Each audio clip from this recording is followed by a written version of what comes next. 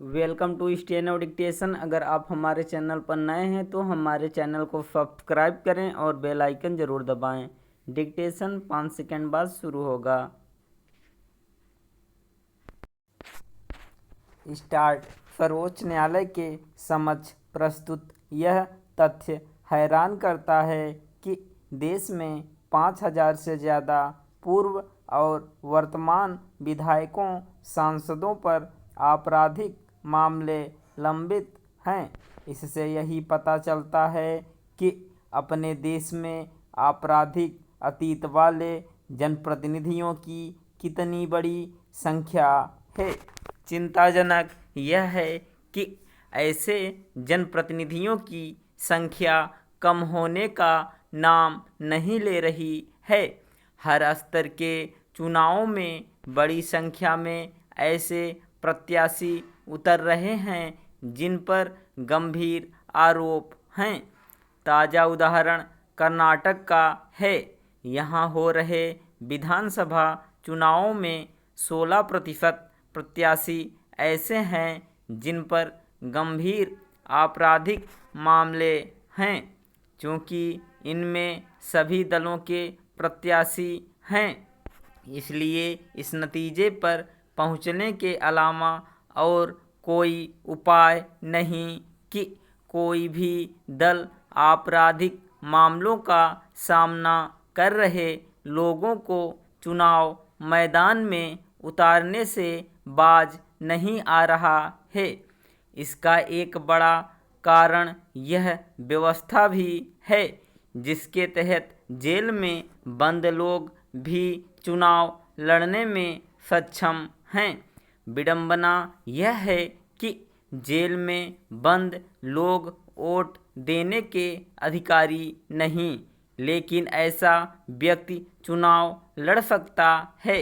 इस व्यवस्था का आधार यह तर्क है कि जब तक कोई दोषी सिद्ध न हो जाए तब तक उसे निर्दोष ही माना जाना चाहिए।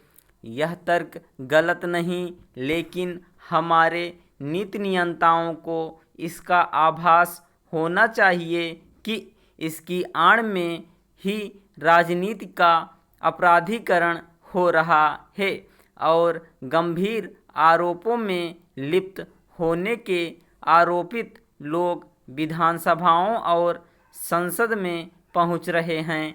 हाल में प्रयागराज में मारा गया गैंगस्टर अतीक अहमद एक समय विधायक और सांसद था। वह आपराधिक गतिविधियों में लिप्त होने के बाद भी चुनाव लड़ने में इसलिए सक्षम रहा क्योंकि राजनीतिक दलों ने बिना किसी शर्म संकोच उसे संरक्षण दिया। इससे संतुष्ट नहीं हुआ जा सकता कि सुप्रीम कोर्ट में इसे लेकर सुनवाई हो रही है कि सांसदों विधायकों के विरुद्ध लंबित आपराधिक मामलों की शीघ्र सुनवाई कैसे हो, क्योंकि सच यह है कि ऐसे मामलों की सुनवाई के लिए विशेष अदालतों का गठन किए जाने के बाद भी उनका काम संतोषजनक नहीं। वे संसाधनों की कमी के साथ अन्य समस्याओं का सामना कर रही हैं। इसके चलते दागी जनप्रतिनिधियों के मामलों की सुनवाई अपेक्षित गति से नहीं हो पा रही है। इसके चलते हमारा लोकतंत्र कलंकित हो रहा है। सुप्रीम कोर्ट को केवल यही नहीं देखना चाहिए कि आपराधिक मामलों का सामना कर रहे जनप्रतिनिधियों के मुकदमों की सुनवाई तेजी से हो, बल्कि उसे इस पर भी ध्यान देना चाहिए कि दागी नेताओं को चुनाव लड़ने से कैसे रोका जाए। इसके लिए उसे चुनाव आयोग को अतिरिक्त शक्ति देनी चाहिए जो यह मांग कर रहा है कि उन्हें चुनाव लड़ने का मौका न मिले। जिन पर गंभीर आरोप हैं और जिनके खिलाफ आरोप पत्र दायर हो चुके हैं। आखिर इस मांग में गलत क्या है? स्टॉप।